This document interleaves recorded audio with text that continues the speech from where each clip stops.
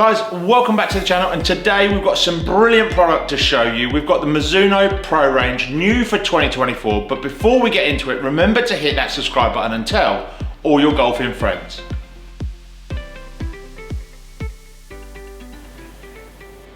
So we're back, 241, the Shotmaker's iron. I have no idea why they've decided to give me this iron to test, but we're gonna give it a go.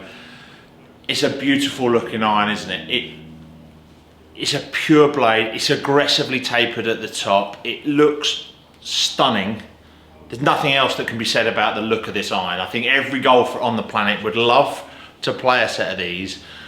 Whether they're going to perform is a different matter. Now, the 241 can be blended with 245, not easily. It's slightly weaker in loft, so this is sitting in 34 degrees. So as you go up from 245, 243 to 241, the 7 iron or the lofts are about 2 degrees weaker as you go. So this is the weakest iron of them all. This is for a guy that is going to want to have a bit of power. They're going to prioritize feel over distance. You're not going to be, if you want an iron that's going to go a long way, then you're probably going to sit more 245, 243. You'll be fighting out between those two than you would the 241. 241 is for that traditionalist, that someone who is not fussed about bombing a 7 iron 170 yards. They actually just want to control it. They want to play with something that feels great, that maybe challenges them a little bit. You know, this thing isn't a big head. It's going to be difficult to find the middle, as you're going to see in a moment. We're going to hit it with the Dynamic Gold 120. Now, again, like 243, they have got that extra bit of copper underlay. They've got a couple of layers of nickel in here as well, so you kind of get that additional feel. They're doing this in right-handed and left-handed, so unlike 223 where they don't do it in left-handed at all, sorry, 243, I just said 223 there, 243, they don't do it left-handed. 241, they are doing it in left-handed and in right-handed. In right-handed, you've got 3 to wedge option. In left-handed, you've got a 4 to wedge option, so you don't get the luxury of that horrible butter knife 3-iron in that left-handed. So let's get this to the test. Let's see if I've still got fingers at the end of this one, and let's see what the Trackman numbers say. So we're straight in 241, the Shotmaker's iron from Mizuno, and you're about to see what not to do with it. So it just looks so small compared to the others, doesn't it? I mean, that was so out the toe. That has absolutely gone nowhere. Let's have a look at those numbers. Yeah, 150 carry. Oh no, might need to hit it twice as far. Come on, let's hit a couple of shots. It's one of those irons where you would just love to play with this all summer long, and you'd look so good on the golf course, and you'd walk up next to your mates and you'd just be 20 yards behind them all the time. Like, I don't swing it slow. You know, my club head speed's 90 to 93 miles an hour, depending on how cold it is. And this is now dropped down to 160. That was a decent-ish strike, but this is a 160 carry with a 7-iron. I'm not sure why I would want that in terms of making this hard for myself. Like, I'm not slow, but this is a very, very difficult iron to maintain distance and control distance. Granted, I don't play enough golf to play with an iron like this, in my opinion, anyway. You know, it's an iron that you're going to have to constantly, you're going to be a ball striker, you're going to have to hit this pure. So I can see where it sits in the market, but it's when you have brothers and sisters like 243 and 245 that give you just the level of quality of feel, but without the difficulty and the kind of how hard this is to maintain the distance, why would you bother? I can get why you can combo this, so I think I completely and utterly get why I would want to see this in the 8-9 wedge, but I'd probably be sitting in 245. Yes, we might have to play around with some loft adjustments to make sure it blends correctly, and Mizuno and us, we can do that. But I'm not sure why I would want to stand on a par 3 with a 7-iron in my hand thinking, well, it's 160 to carry the front trap. I'm not sure I might do it, I don't know. It depends how good or how middle I can hit this. I'm making it hard for myself, whereas the 245 would just give me that extra little bit of forgiveness. But let's enjoy hitting it while we're on a driving range and there's no scorecard in our hands. I mean, that just felt beautiful. I mean, that's the joy of hitting a blade, right? When you hit an iron like that, it feels absolutely stunning. And then you look down and it's carried 155 yards. It's 4 degrees weaker than 245. It's a solid head. It's not hollow. Yes, they've put more muscle behind the middle to allow you to try and really get a bit more punch in that centre strike. But overall, it's really, really hard work. You know, I'm hitting a 7-iron here and I'm slogging it at 93 mile/hour clubhead speed, 155 carry.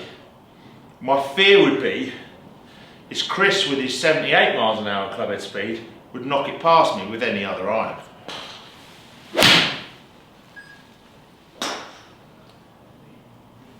It feels lovely. I haven't got a bad word to say about its quality.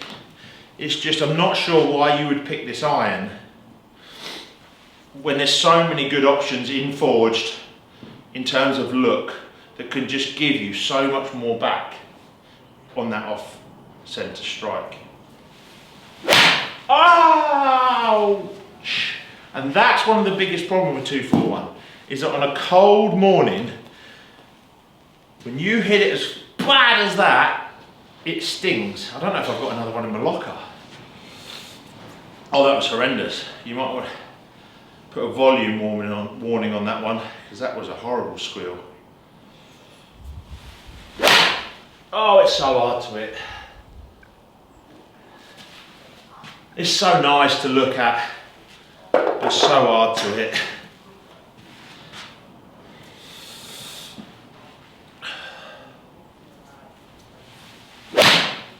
It's just so nice, but just so, it's hard work.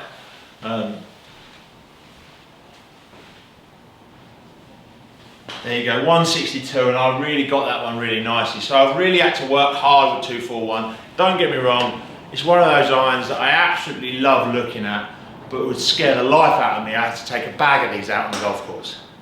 So there you go. I hope you enjoyed me really hit and massacre the 241 iron on the driving range. Trackman numbers are not lying. I hit some nice irons in there, but it's so hard work for someone like me. Maybe we could have changed the shaft up, and I'm sure we could have done, but fine in the middle, and it just felt really, really difficult. So let's get into the scoring for this. I think it's going to be a topsy-turvy one, this one, because when you look at this, if we do look first, it's a 10 out of 10. I mean, it's an absolute stunning iron. I mean, who wouldn't want to pick that off the shelf? It's beautiful. So I'm going to give it a 10 out of 10.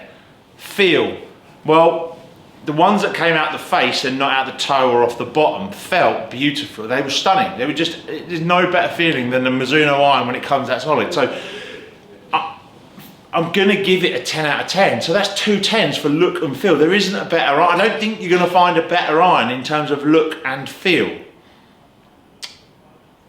In terms of custom fit, same old adage, I'm going to stick with a 7 out of 10 for Mizuno, because I think there's just could do with some more graphite options and some more options. I think the one thing they do, and I will caveat all of this, is you can blend their sets really nicely, but I'm going to stick at 7 out of 10. In terms of price, this thing is really good value for money. It's like the other irons. It's buck, it's cash. You're going to spend some money on a set of these, but it's not disproportionate to some of the other brands and some of the other styles ahead. So I think I'm going to give that a 7 out of 10 as well. Overall performance, well, if you've looked at those Trackman numbers, I think the performance of this iron is the one that's going to shock you. I think from my perspective,